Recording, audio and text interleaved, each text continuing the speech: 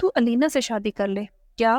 ہاں، زینا کی چھوٹی بہن سے شادی کر لے، وہ تیرے بچے کی سگی خالہ ہوگی تو ستیلی والی مظالم نہیں ڈھائے گی، بلکہ وہ نافع کو اپنی مردہ بہن کی نشانی سمجھ کر پروان چڑھائے گی انشاءاللہ۔ یار جس گھر میں زینا کی تربیت ہوئی ہے اسی میں علینا کی بھی ہوئی ہے۔ نہیں انس یار، میں نہیں مان سکتا یہ، اور مجھ سے نہیں ہو پائے گا۔ تو نالائق باولا ہو چکا ہے۔ انس سچ ہو کر گویا ہوا، اداس پنچھی، تیرے بوڑھے والدین کب تک اس معصوم کو سنبھالیں گے؟ اور پھر تو دکھیارا بھی عملی زندگی کی طرف بھی نہیں لوٹ رہا۔ تیری بیوی ہوگی تو نافع بھی تیرے ساتھ ہوگا، اور والدین کو بھی پاس بلا لینا۔ اب نافع دادا داری کے ساتھ دوسرے شہر میں، اور تو کمینہ ادھر اکیلا روتا دھوتا رہتا ہے۔ اپنا نہیں تو کم از کم اپنے والدین کا ہی سوچ لے، تجھے اس حال میں دیکھ کر ان کے دلوں پر کیا بیتتی ہوگی۔ صوبان سامنے پڑی میز کو گھور رہا تھا، جیسے وہ کسی اور دنیا میں پہنچ چکا ہو۔ صوبان، زینا فوت ہو چکی ہے، تو اسے اپنے ان دونوں ہاتھوں سے قبر میں اتار کر آیا ہے۔ تو نے دیکھا نہیں ہم نے اس کی قبر پر منو مٹی ڈال دی ہے؟ یار مرنے والوں کے ساتھ مرا تو نہیں جاتا، اس کی اتنی لکھی تھی، وہ چلی گئی، مگر تجھے اپنے نافع کے لیے جینا ہے، اور وہی فیصلہ کرنا ہے جو تمہارے اس مختصر کنبے کے لیے فائدہ مند ہو۔ اب کچھ پھوٹ بھی دے۔ اس نے سبحان کو گرکا۔ کوئی سوتے ہوئے سبحان نے لب واہ کیا، یار علینا بہت چھوٹی ہے، تو نے اسے ریس لگوانی ہے؟ کوئی چھوٹی نہیں ہے، ایف اے میں ہے تو یقیناً 18 برس کی ہوگی، کیا ہونے والی ہوگی؟ پر یار مجھے یہ سب مناسب نہیں لگتا ہے، میرے لیے یہ سب قبول کرنا بہت کٹھن ہے۔ ہاں ہاں، تو ساری ساری رات روتا رہا کر، اور پھر کام پر بھی باسی دال جیسی شکل بنا کر رکھا کر۔ مجھے نہیں پتا تو راضی ہے یا نہیں، پر میں تیری شادی جلد از جلد کروا کے ہی رہوں گا۔ انس، کیا ہے؟ اب مجھے مریل بکری کی طرح نہ دیکھ، انس نے دانت پیسے۔ سبحان کی ہنسی چھوٹ گئی۔ انس، تو میری ستیلی ساس والا کردار نبھا رہا ہے۔ پتر تو چاہے جو مرضی بول، میں نے بڑا لحاظ کر لیا ہے، اب میں تیرا گھر آباد کر کے ہی چھوڑوں گا۔ انس، تو یہ سب ہوائی فیر اپنے پاس رکھا کر، یا کسی اور سے مشورہ کر لے۔ تو آموں سے مطلب رکھ، پیڑ نہ گن۔ چل اٹھ، ہاتھ منہ دھو اور میرے ساتھ چل، راجہ بازار میں سیور کا پلاؤ کھلاتا ہوں۔ مجھے بھوک نہیں یار، زبان پست آواز میں بولا۔ تیری بھوک کی ایسی کی تیسی، فوراً اسے پہلے کھڑا ہو جا، ورنہ میں نے سپاہیوں کو بلوا کر تیجی ہتھکڑی لگوا کر لے جانا ہے۔ انس تو بہت ڈھیٹ انسان ہے یار۔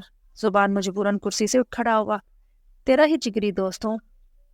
ہائے علینا، یہ جوڑا تم پر بہت سجے گا، اناری رنگ کی مخملی قمیض کے گلے پر سنہری کام بہت زبردست لگ رہا ہے۔ اب بھائی ہاں دے آپی، امی نے کل ہی سلائی کیا ہے، آپ کو پسند ہے تو آپ لے لیں، میرے لیے بابا اور لے آئیں گے۔ ارے نہیں نہیں، تم پر یہ بہت جچے گا، جاؤ ذرا پہن کر تو دکھاؤ۔ ہادیہ خود کو فارغ سے دور رکھنے کے چکر میں علینا کے کمرے میں محو گفتگو تھی، جبکہ رانی نافیہ کو دوسرے کمرے میں تھپک کر سلا رہی تھی۔ ایک ماہ کے عرصے میں اوپر نیچے کے دونوں خاندانوں کے ساتھ گھل مل گئی تھی، مگر جس کے ذریعے ان دو خاندانوں کے ساتھ رشتہ جڑا وہی سب سے بڑا اجنبی رقیب تھا۔ بجائے انسانیت و محبت کے طویل فاصلے اور نفرت دونوں کے درمیان پروان چڑھ رہی تھی۔ علینا، میرا جی چاہ رہا ہے آج میں تمہارے ساتھ ہی ٹھہر جاؤں اور ٹھیرو باتیں کروں۔ کیوں نہیں آپا، ضرور ٹھہرو۔ پہلے آپ کون سا کبھی رانی آپا کے ہمراہ آ کر ٹھہری نہیں؟ ویسے تم لوگوں کا وقت کتنا خوبصورت گزرا ہے۔ ہاں آپا، بہت مزے کا گزرا ہے، علینا نے کپڑوں کو تہہ لگا کر الماری میں رکھتے ہوئے اپنی بات جاری رکھی۔ آپ کو تو پتہ ہے رانی آپا اور انس بھائی ایک دوسرے کے جانی دشمن تھے، آئے روز یہ دونوں گھر میں کوئی نہ کوئی مقدمہ چلائے رکھتے تھے۔ وہ تو صد شکر انس بھائی کو پولیس میں نوکری ملی تو ہم نے بھی سکھ کا سانس لیا، مگر آپا جب بھی انس بھائی چھٹی پر آتے انہیں زج کرتی رہتی۔ ہاں ہاں، رانی آپا نے مجھے بھی ڈھیروں قصے سنائے ہیں، عادیہ نے کھوئے ہوئے لہجے میں بولا۔ آپا آپ کچھ تھکی لگ رہی ہیں۔ نہیں نہیں، ایسی تو کوئی بات نہیں، میں بالکل ٹھیک ہوں۔ آؤ چلو تمہاری الماری مرتب کرواتی ہوں۔ عادیہ نے آنکھوں میں آئی نمی کو پیچھے دھکیلا۔ فارس بیٹا، تم کتنی چھٹی پہ آئے ہو؟ ابھی فی الحال تو 2 دن کی چھٹی ہے، دیکھتا ہوں اگر مزید مل گئی تو قیام بڑھا لوں گا۔ بیٹا میں سوچ رہی تھی کہ تم ہادیہ کو اپنے ساتھ لے جاؤ، ایسے کیسے سارا سلسلہ چلتا رہے گا؟ آج تو پھر مہینے میں 2 چکر گھر کے لگا جاتا ہے، مگر تم مہینوں گھر کی شکل نہیں دیکھتے ہو۔ یہ تو اس بار تم 1 ماہ بعد لوٹ آئے ہو، زینا کے جنازے کے بعد بھی پنڈی سے سیدھا کام پر روانہ ہو گئے تھے، ہادیہ کو تو ملے تک نہیں تھے۔ بیٹا بیوی یا تمہاری سے محبت اور توجہ کی ضرورت ہے، ہم لاکھ اس کے مخلص ہوں مگر وہ اصل حقدار تمہاری توجہ کی ہے۔ امی میں تو اس ہادیہ کی شکل دیکھنا گوارا نہیں کرتا ہوں، اب بھی صرف اس کے سابقہ شوہر کے کارناموں کی وجہ سے لوٹنا پڑ گیا۔ فرض کھول کر رہ گیا مگر زبان نہ کھولی۔ فارس اتنے اداس کیوں ہو؟ کسی نے کچھ کہا ہے کیا؟ ارے نہیں امی، ایسا کچھ بھی نہیں ہے، میں بس آرام کرنا چاہتا ہوں۔ ہاں ہاں، تم جو ضرور آرام کرو، جاؤ۔ ہادی اور رانی تو آج نافے کو اوپر ہی رکھیں گی، کل صبح کے والدین اسے لینے آ رہے ہیں تو سب بچیاں چاہتی ہیں کہ اس کے ساتھ ایک رات اکٹھے گزار لیں۔ بس ابھی کچھ دیر قبل رانی نے فون کر کے مطلع کیا ہے۔ فارس نے غصے سے مٹھیاں بھیچ لیں۔ فارس بیٹا، تم کہتے ہو تو ہادیہ کو ابھی نیچے بلوا لیتی ہوں۔ نہیں امی، سے رہنے دے، باقی لڑکیوں کے ساتھ خوش ہوگی، پر بیٹا تمہاری خوشی بھی تو عزیز ہے نا مجھے۔ ایک ماہ بعد گھر لوٹے ہو اور بیوی گھر پر موجود نہیں ہے۔ امیاں پریشان نہ ہو، آپ بس بستر میں آرام کریں۔ فارس ماں کو ٹال کر کمرے سے باہر نکل آیا۔ اوپری منزل کی طرف دیکھا تو مکمل سناٹا تھا، شاید سبھی اپنے کمروں میں دبکے بیٹھے ہیں۔ شام کو جب چچا لوٹیں گے تو پھر دیکھتا ہوں کیا کرنا ہے۔ فارس کا شاطر زبان اگلی منصوبہ بندی کر چکا تھا۔ مسکراتے ہوئے قدم اپنی خوابگاہ کی طرف موڑ لیے۔ یار تم لڑکیاں میرے منہ کو بوسہ دے دے کر گھسا دو گی۔ کل میلا پالا شہزادہ اپنے دادا دادی کے پاس چلا جائے گا، خالہ کیسے رہے گی اپنے سونے سے من مونے کے بغیر؟ میرا نافع خالہ کی باتیں سمجھ رہا ہے؟ نافع رانی کی آواز پر پوری آنکھیں کھول کر دیکھ رہا تھا۔ آپا مجھے اٹھانے دینا، علینا نے ضد کی۔